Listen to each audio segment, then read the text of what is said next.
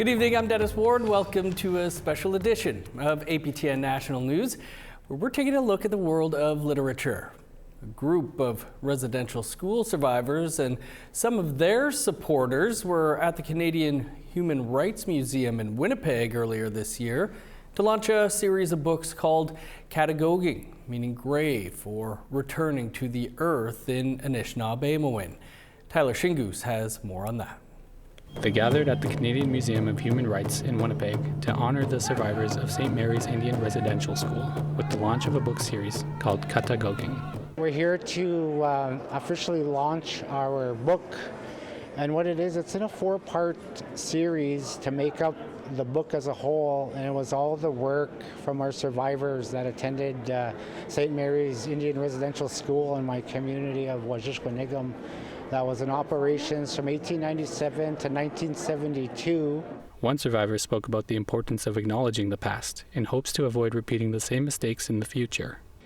We speak this truth, so history cannot be forgotten or denied, and so it will never happen again. We wrote these books as a first step towards reclaiming what was taken: our language, our culture, our health and well-being, our identity, our land and our families.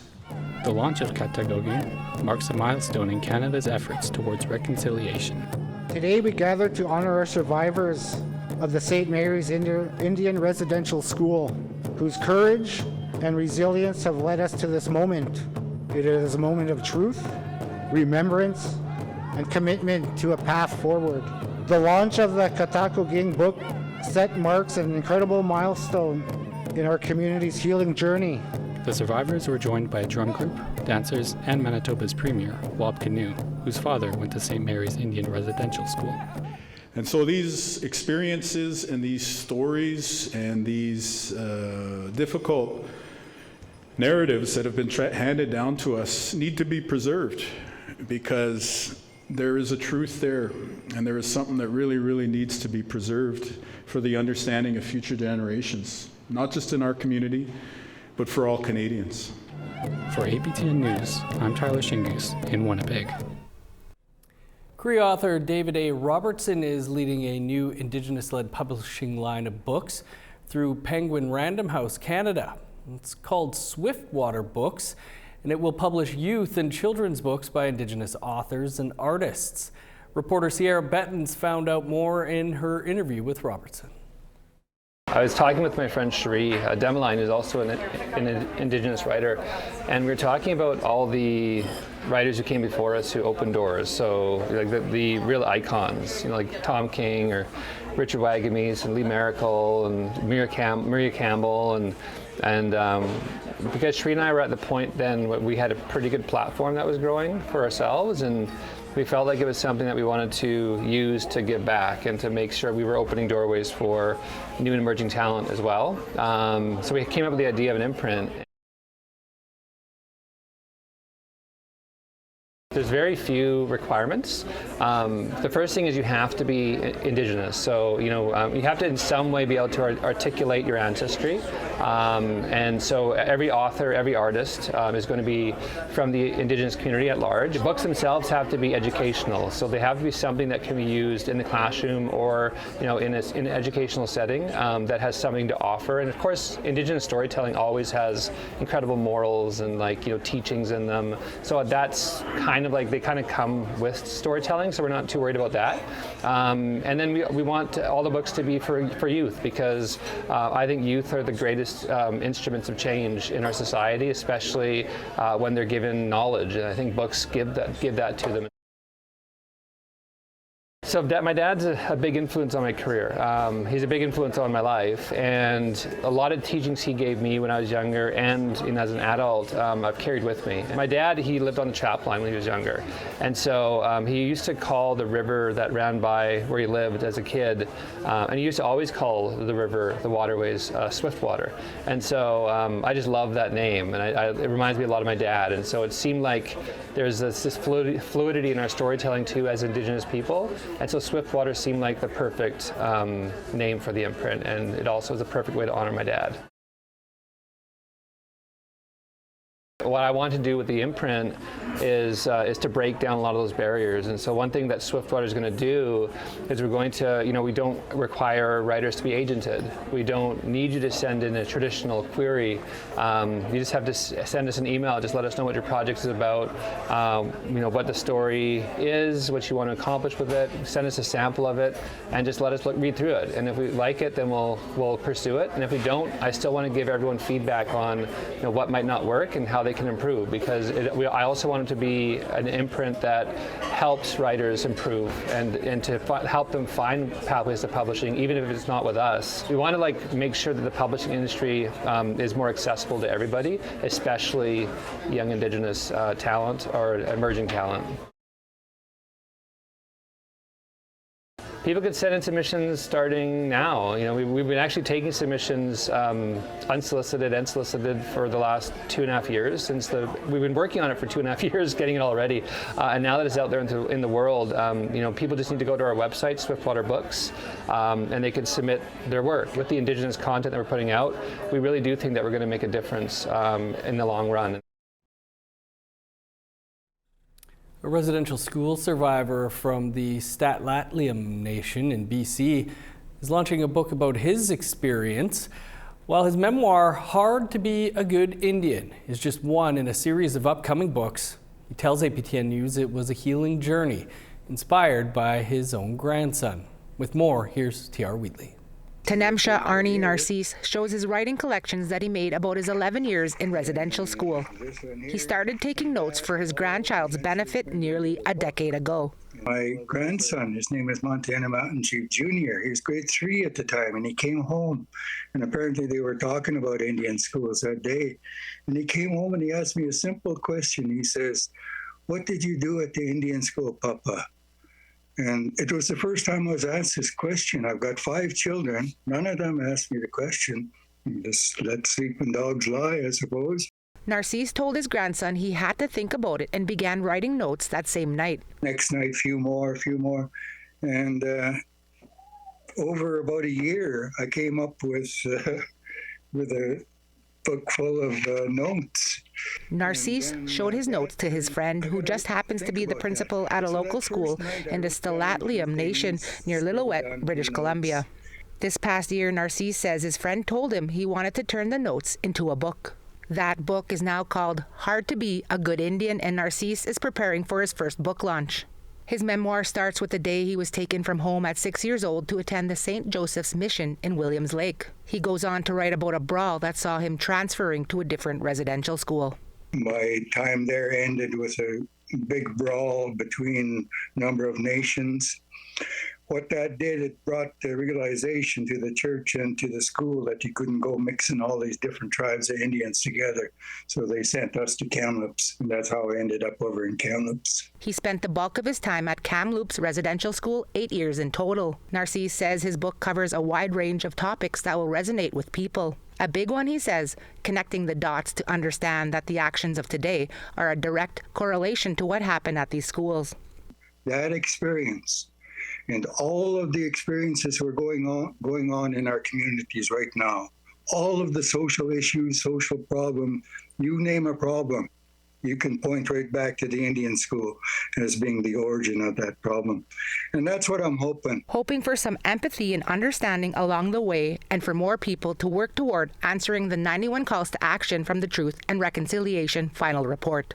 T.R. Wheatley, APTN National News. Time for a quick break, but stick around. There's more to come on this special episode of APTN National News.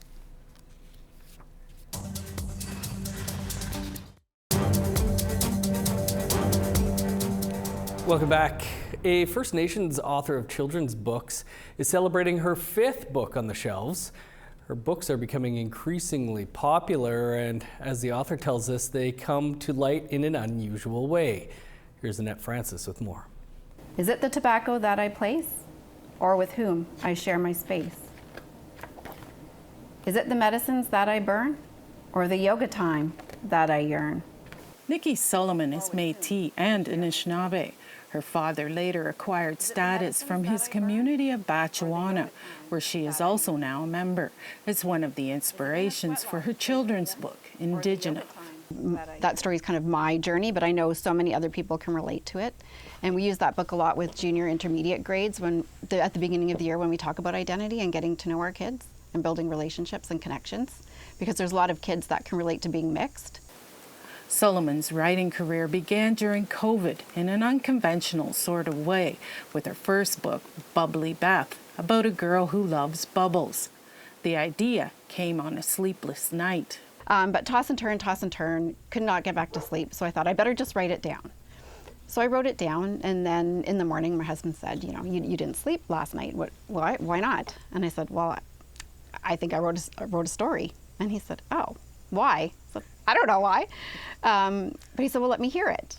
And I said, okay, because I had just intended on writing it and putting it away and not looking at it again, probably. So I read it to him and read it to the kids, and he said, you know, I think that's good. I think you could be an author. Solomon says she likes to think her grandmother played a part in it. My grandmother had passed away, and I couldn't go to her funeral because it was COVID. And I like to think that she helped me write this book.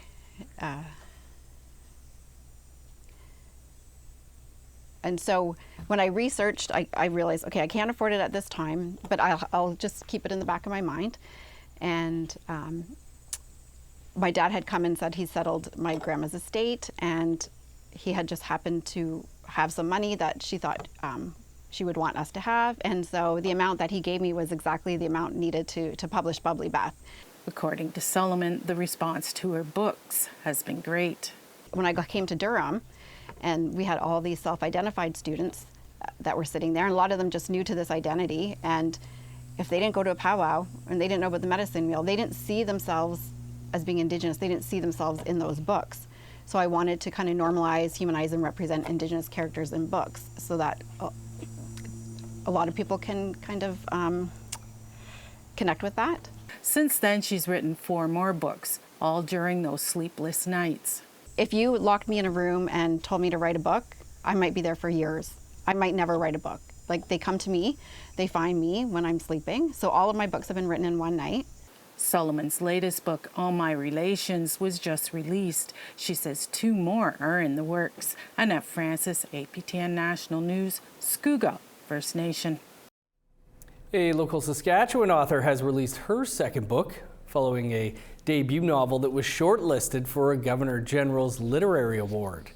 Her latest story follows a young boy obsessed with video games who suddenly finds himself immersed in the natural world. APTN's Rachel May has more. I thought, man, this would be a really cool thing for kids to read about and learn about. And that sort of was the start of the idea for this novel. Author Christy Jackson's second novel, Touching Grass, is now available. The book follows Tristan, a 12-year-old Dene boy who would rather be playing video games than be outside. After getting into trouble at school, his mother sends him to a culture camp to connect with his roots.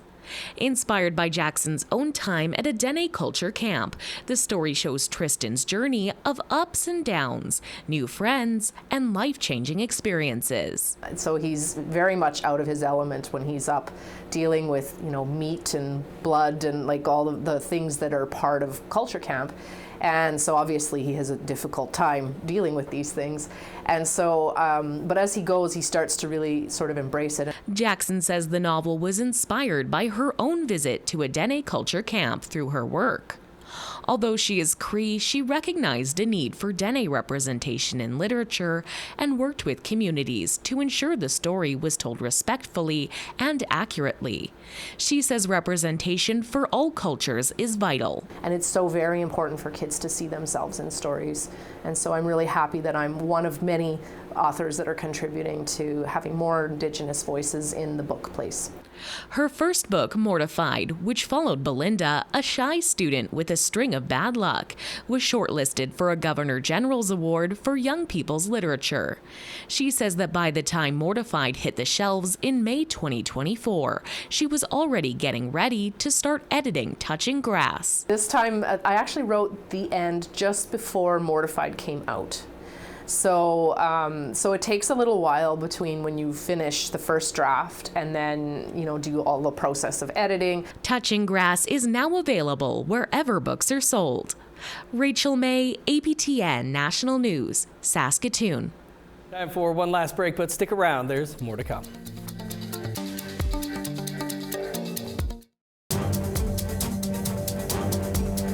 Welcome back. Chanie Wenjack passed away almost 60 years ago after running away from a residential school in Northern Ontario. But his legacy lives on through the Downey Wenjack Fund.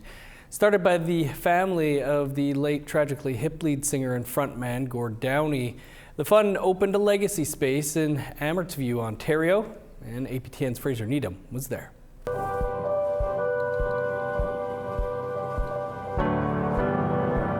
He died from exposure and hunger after running away from the Cecilia Jeffrey Indian Residential School in Kenora. He had been trying to find his way home to the Agoki post on the Martins Fall Reserve, 600 kilometers away, but he never made it home. The body of 12-year-old Chanie Wenjack was discovered on a set of train tracks in Northern Ontario on October 22, 1966.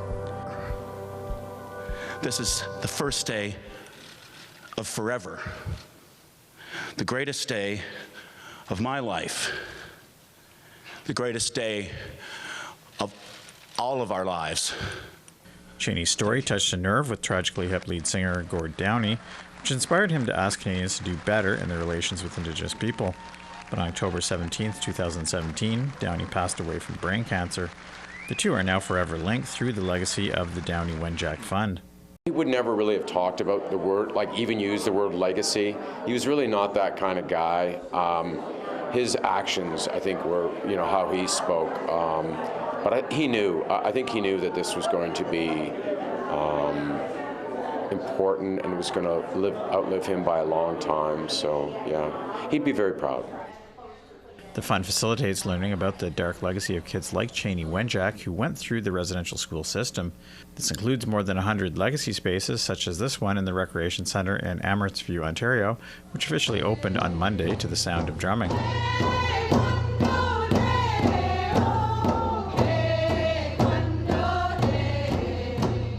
One of the really beautiful things about the Legacy Space program is that communities can really tailor it to meet their needs, to engage, community members, local stakeholders, Indigenous leadership, elders, knowledge keepers, artists, to create these beautiful spaces that create safe, welcoming spaces for people to engage in, to lean into hard conversations, to learn more, and to hopefully be inspired and engaged to stay on this path towards reconciliation with us. And Amhertsview also has its own special significance because it is where Gord Downey grew up and played minor hockey as a goalie before the family moved to Kingston in 1980. And he'd be really proud today because this is where he took his Pee Wee hockey team to the All-Ontario Championships and they won. And those games were in this arena. And, that's my little brother, He was a winner. Local Anishinaabe elder Judy Montgomery agrees the Recreation Centre is the perfect place to have a legacy space and ensure Chanie Wenjack's story is never forgotten. Because you're going to have people, waiting around for their kids to play hockey, and they might just wander in here and say, hey, I didn't know that before. I should check these books out of the library, or, I should learn more about what this issue is. And we're here to help open people's eyes. Vic Linklater is a Cree musician from Moose Factory, Ontario. He serves as an ambassador for the Downey Wenjack Fund and also fronts a tragically hip cover band called The Poets. He says Downey may be gone, but his music and commitment to Indigenous issues lives on. I try to go on that stage as a humble man, a humble Cree man who lives in the bush in Northern Ontario, and I get an opportunity to share both the music of the tragically hip and the message that Gord really believed with a huge passion to make things right in this country and do something for the Indigenous peoples and with the Indigenous peoples side by side. I am the stranger. Fraser Needham, APTN National News, Ottawa. A set of coloring books and affirmation cards have been released in the Northwest Territories. They are aimed at supporting victims of gender-based violence in the residential school system. Video journalist Bruce De La Cruz has more. More than 50 illustrations are featured in these coloring books and affirmation cards, which were released in late February. They are the result of a series of workshops for employees of the Northwest Territories and Nunavut Council of Friendship Centers that took place last year. They discussed how to better handle the effects of gender-based violence and the trauma of the residential school system with the use of love languages. The coloring books and affirmation cards came after the fact, and it was just an idea of like, how can we create a product or like, a tangible item that the people that attended the workshop can take home with them. Kyle Bird speaks for the project. He is the CEO of the Friendship Centers Council. He says the book and the cards centered on the phrase, "I knew I was loved by you when." Workshop participants were asked to think of a parent or loved one and fill in the rest of the phrase with their own experiences. Like, for myself, like my words are not in the coloring book or in affirmation cards, but I could relate to a lot of them as being Indigenous person of the North. And I could see myself hearing these sentences spoken to me or thought about when with my own family and my own, like, working with, my aunties and my uncles, my father and my mother, my grandparents. So it definitely is like a healing craft for sure. The artist behind the illustrations is Elaine Landry. She is Decho Dene from Fort Providence. It's so cool to see it in person and just getting to go through it. It's like, yay, I did this. Elaine's illustrations were drawn in a very modern fashion, which she says was intentional. I wanted to illustrate Indigenous characters with a happy family with a bit of a modern style to normalize Indigenous people in today's society and in the art world without the stereotypical stigma. And Elaine had another intent, to have every illustration be of Indigenous women. I wanted to reflect of how strong Indigenous women can be, and because of sexism and racial profiling for Indigenous women. So getting to empower and modernize Indigenous women in contemporary art and digital art especially, and in identifying as an Indigenous woman, I want to show that I can do so much more as everyone else. As for Kyle, he says it's important for Friendship Center workers to confront the trauma of violence instead of burying it. We're working on healing ourselves and also gaining knowledge on gender-based violence. But at the same time, once we work on ourselves, we can support others. And sadly, we all deal with the trauma. In order to support their work, the Council of Friendship Centers are looking to release more crafting activities, such as puzzles, in the near future. The coloring books and affirmation cards have been handed out to several organizations and clients and are available for pickup at Northern Friendship Centers. Kyle says that they will keep printing out as many copies as they can to keep up with the overwhelming demand. Bruce De La Cruz, APTN National News, Yellowknife. And that is all the time we have for this special edition of your APTN National News. I'm Dennis Ward. Marcy Miigwech, thanks for being with us. Have a great night.